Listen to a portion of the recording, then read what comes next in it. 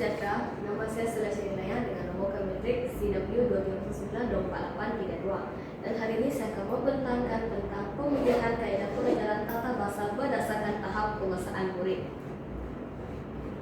Baiklah, yang pertama, pemilihan kaedah pengajaran tata bahasa yang bersesuaian amat penting bagi memastikan murid dapat menguasai struktur bahasa dengan baik yang mampu menggunakan bahasa Melayu secara tepat dan kreatif dalam berbagai situasi komunikasi.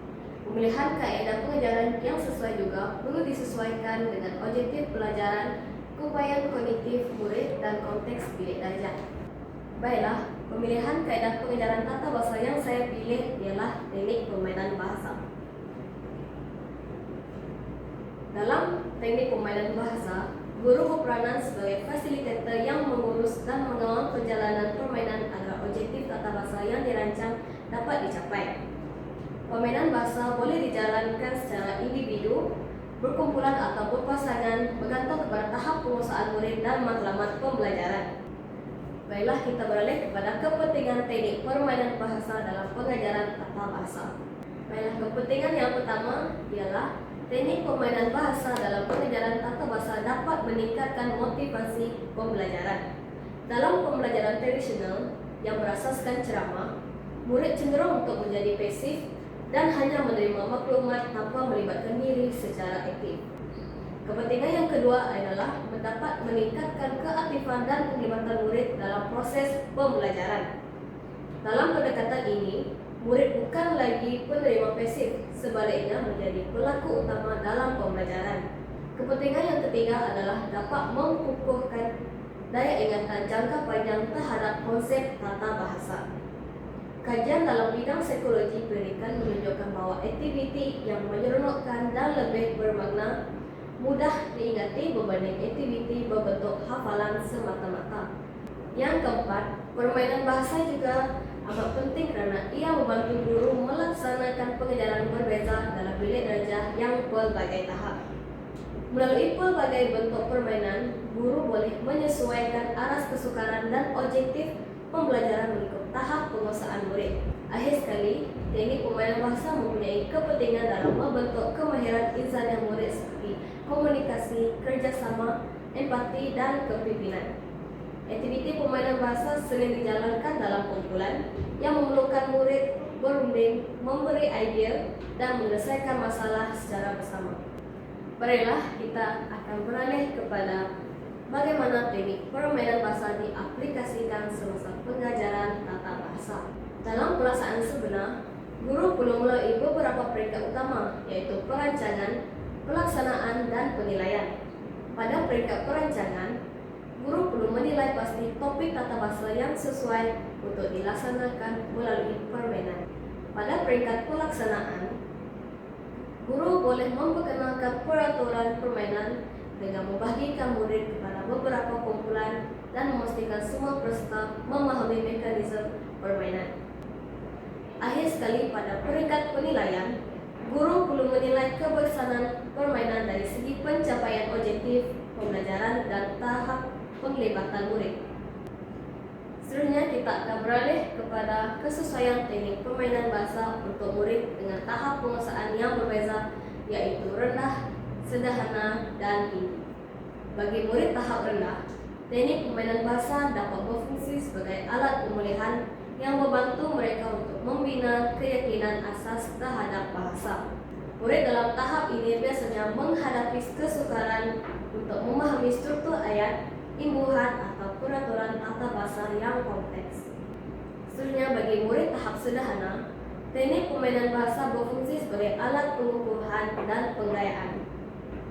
Murid dalam kategori ini sudah memahami konsep asas tata bahasa, namun memerlukan latihan yang berterusan untuk memperkukuh aplikasi dan ketepatan penggunaannya. Akhir sekali, bagi murid tahap tinggi, teknik permainan bahasa menjadi platform penggayaan dan cabaran intelektual. Murid tahap ini cenderung cepat memahami konsep dan memerlukan aktiviti yang menguji keupayaan analisis serta kreativiti mereka. Baiklah, kita akan beralih kepada contoh aktiviti pengajaran dengan menggunakan teknik permainan bahasa. Dan saya akan menguraikan objektif dan hasil pembelajaran dengan menggunakan teknik permainan tersebut. Bagi permainan yang pertama, iaitu roda tata bahasa. Guru menyediakan satu roda pewarna sama ada dari segi fisikal atau digital yang mengandungi pelbagai kategori tata bahasa seperti kata nama, kata gereja, kata adjektif, imbuhan ataupun jodoh bilangan. Murid akan memutar roda tersebut dan menjawab soalan berdasarkan kategori yang dipilih. Melalui aktiviti ini, objektif pembelajaran dapat dicapai apabila murid dapat mengenal pasti dan menggunakan jenis-jenis kata dalam bahasa Melayu dengan betul. Pada akhir aktiviti, murid dapat menunjukkan kefahaman mereka terhadap struktur ayat melalui penggunaan kategori kata yang betul dan dapat berinteraksi secara positif bersama rakan-rakan mereka. Contoh aktiviti yang kedua yang menggunakan teknik permainan bahasa adalah tata bahasa bingo. Melalui aktiviti ini, guru menyediakan kad bingo yang mengandungi pelbagai contoh perkataan daripada pelbagai kelas kata atau bentuk imbuhan. Guru kemudian menyebut ayat secara rawa dan murid pun mencari perkataan yang betul daripada kad bingo mereka.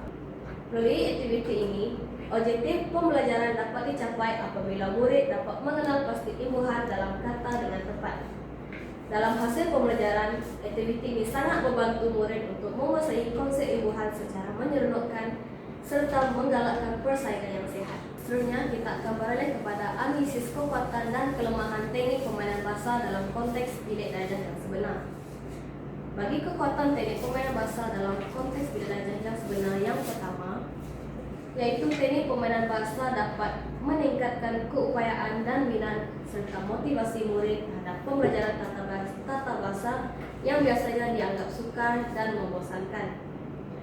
Selain itu, ia juga dapat menggalakkan murid untuk menggunakan tata bahasa dalam konteks yang bermakna dan bukan sekadar menghafal peraturan semata-mata. Selanjutnya kita akan beralih kepada kelemahan dalam menggunakan teknik permainan bahasa. Antara kelemahan yang pertama yaitu kekangan masa dan pengurusan kelas. Akhir sekali adalah tahap penguasaan murid yang tidak seimbang. Permainan bahasa mungkin lebih menguntungkan murid yang mempunyai tahap penguasaan bahasa yang tinggi, manakala murid yang lemah mungkin merasa terpinggir atau suka untuk mengikuti rentak permainan. Akhir sekali, secara keseluruhan, teknik permainan bahasa merupakan satu pendekatan pedagogi yang amat berkesan dalam proses pengajaran dan pembelajaran tata bahasa Melayu. Seterusnya, kita akan beralih kepada rancangan pengajaran harian bahasa Melayu bagi tingkatan 3. Tema yang saya pilih ialah tema 8 yaitu sumber bahasa Mekak Sastra dan tajuknya adalah Dirgahayu Bahasa-ku. Bagi standard kandungan yaitu 5.6 menganalisis ayat dan standard pembelajaran pula 5.61 yaitu menganalisis dan menggunakan tata bahasa yang betul dalam ayat. Bagi objektif pembelajaran, murid dapat menggunakan tata bahasa yang betul dalam pembinaan ayat melalui aktiviti permainan bahasa. Yang kedua, murid dapat bekerjasama secara aktif dan beretika dalam kumpulan semasa melaksanakan aktiviti permainan. Selanjutnya kita akan beralih kepada langkah pengajaran. Bagi set induksi yang pertama, itu dalam 5 menit, guru akan memaparkan satu video pendek daripada YouTube yang bertajuk Kepentingan Bahasa Melayu sebagai Bahasa Kebangsaan. Kemudian guru akan mengadakan sesi soal jawab bersama pelajar tentang seperti mengapakah penting kita menggunakan bahasa Melayu dengan betul dan apakah kesan jika kita tersilap menggunakan tata bahasa dalam ayat. Kemudian guru akan menjelaskan bahwa pembelajaran hari ini akan memfokuskan kepada analisis dan penggunaan tata bahasa yang betul melalui permainan bahasa.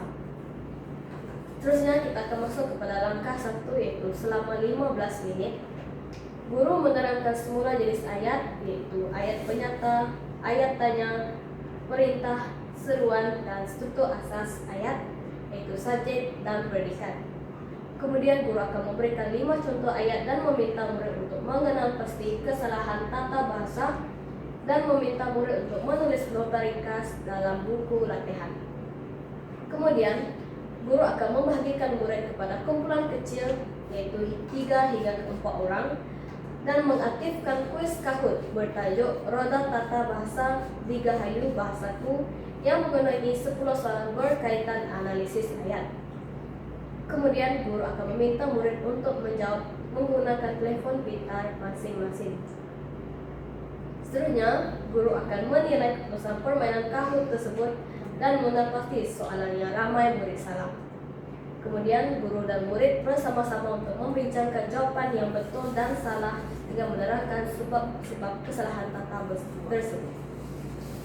Akhir sekali, guru akan memberikan tugasan kecil kepada murid itu dengan membina 3 ayat baru menggunakan struktur yang betul berdasarkan tema 3 hayu bahasaku, dan meminta murid untuk berkongsi hasil ayat mereka dengan rakan kelas dan memberi maklumat balas terhadap tugasan tersebut.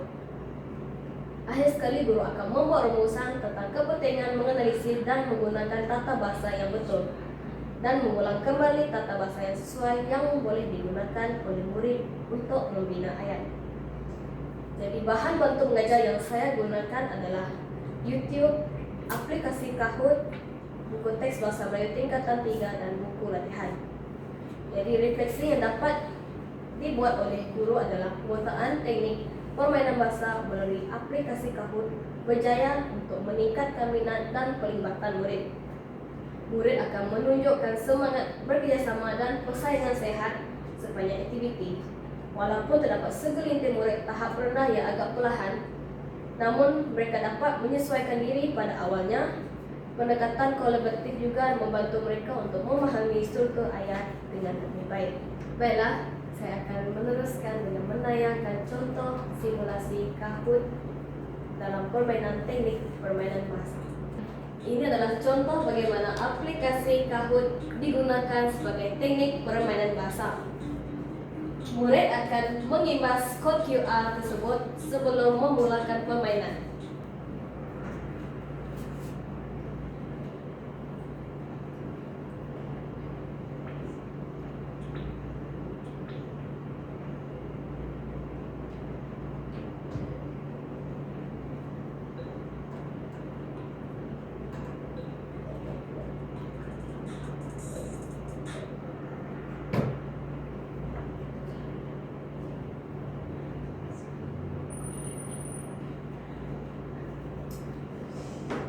Baiklah, begitulah cara kita menggunakan aplikasi Kahoot dalam teknik permainan bahasa.